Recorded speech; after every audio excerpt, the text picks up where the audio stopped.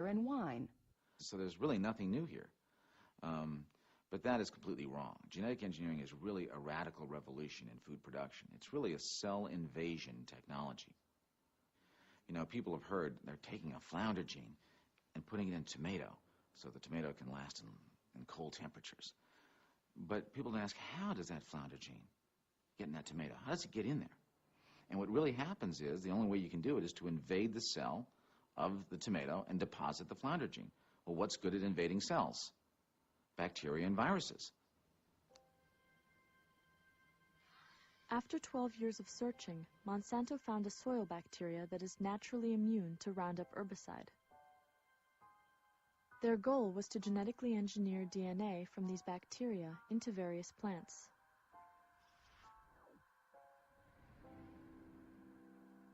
They cut out a sequence of DNA that is resistant to Roundup. But if this DNA sequence alone is inserted into a corn plant, it will have no effect. So the next step involves E. coli bacteria.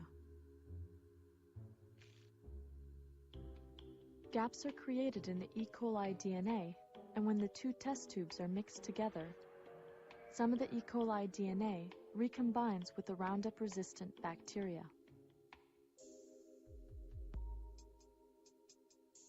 Then the technicians smuggle the engineered DNA into the cells of the corn plant they want to modify.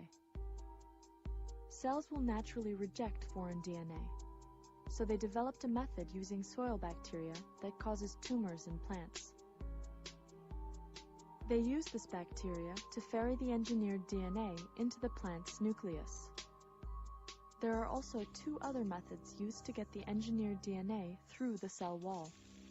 One uses a stream of electricity to create tiny holes in the plant cells so they become vulnerable to infiltration by foreign DNA. Another is the gene gun, which blasts particles of gold coated with engineered DNA into the plant cells.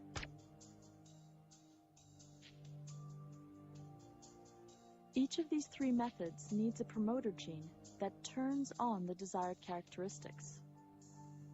The promoter gene is often extracted from the cauliflower mosaic virus.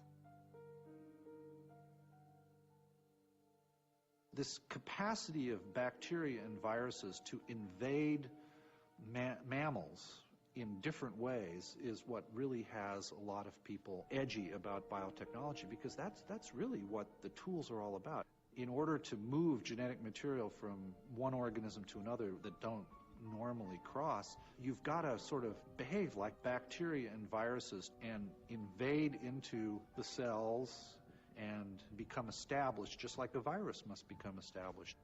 And they do one more thing. They attach to that an antibiotic marker system. The antibiotic marker is a gene which is naturally resistant to a specific antibiotic, so later they can test whether the genetic cassette is being expressed. The most cataclysmic force in the food system right now is the fact that the medical community is just terrified about the loss of antibiotics. No one really understands how using antibiotic marker genes in genetic engineering techniques might contribute to the problem. The biomedical community on a worldwide basis is absolutely focused on this problem now.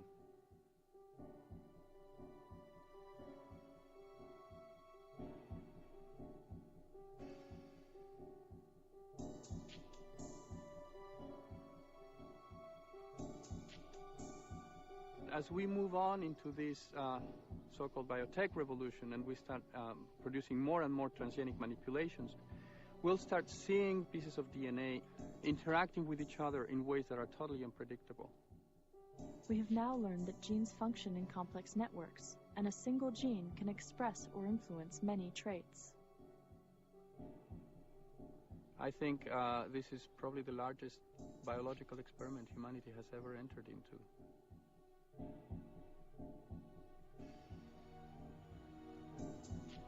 The Flavor Saver tomato was the first genetically engineered food to reach the public.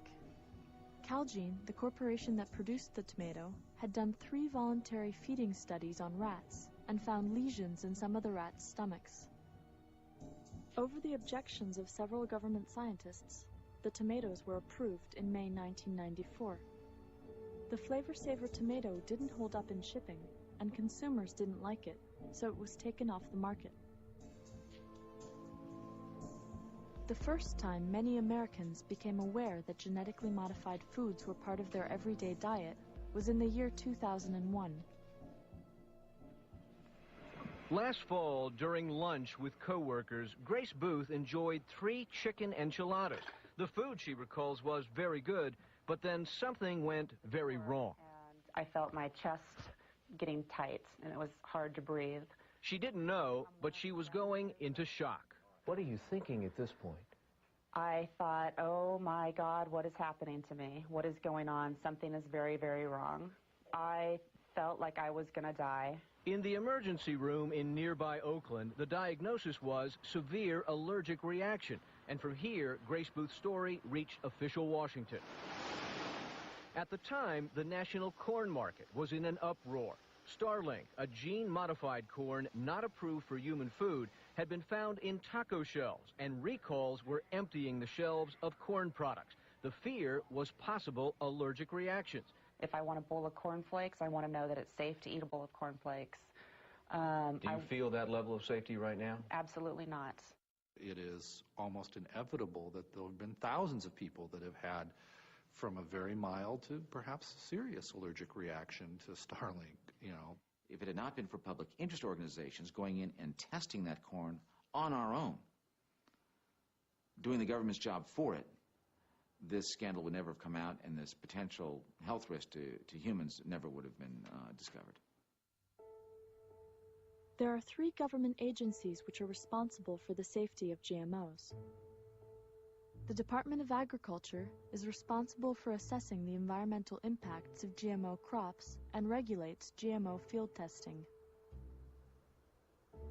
But a study of over 8,000 GMO field test applications showed that the USDA did not require a single environmental assessment.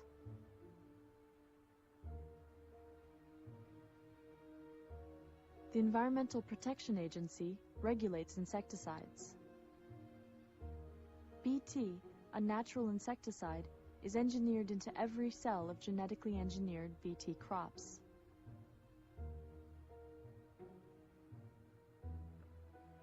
The Food and Drug Administration is responsible for food safety.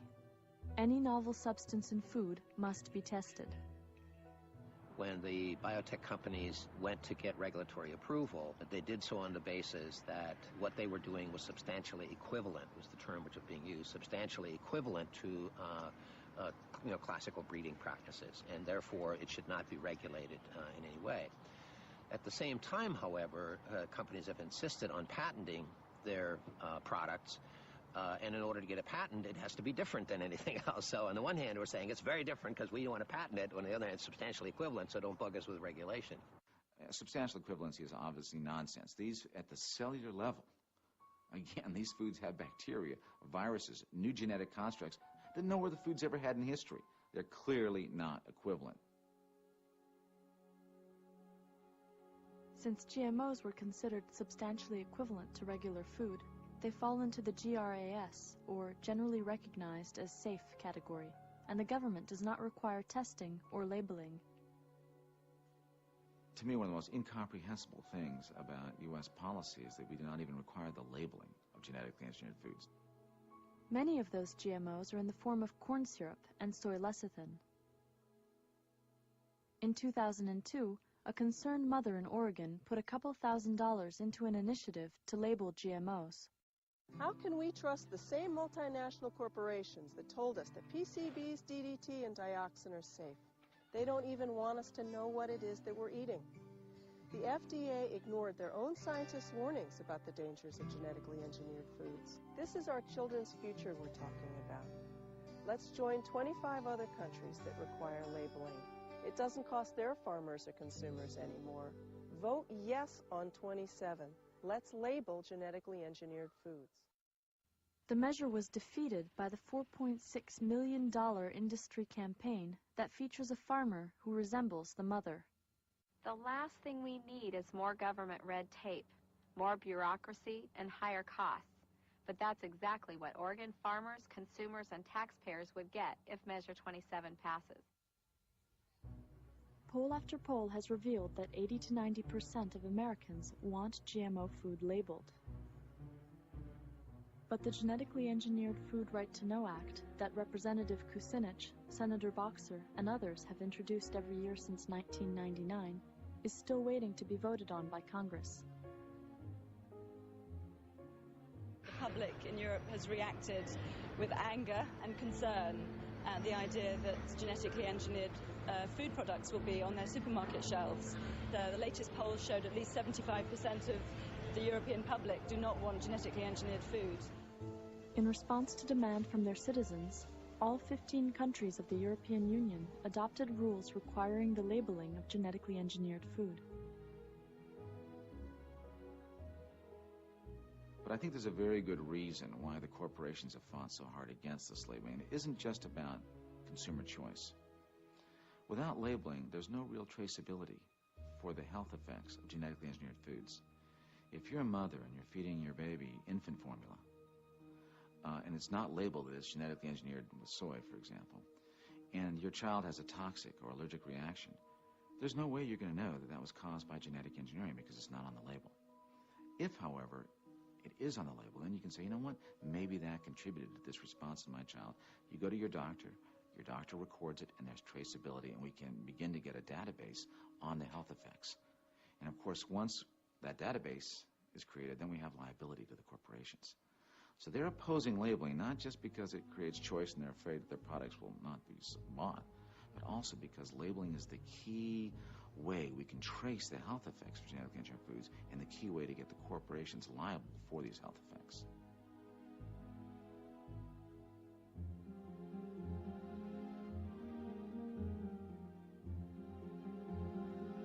The Japanese people are deeply concerned about the effects of genetically modified food. A trade representative stated, "We will watch the children in the United States for the next 10 years."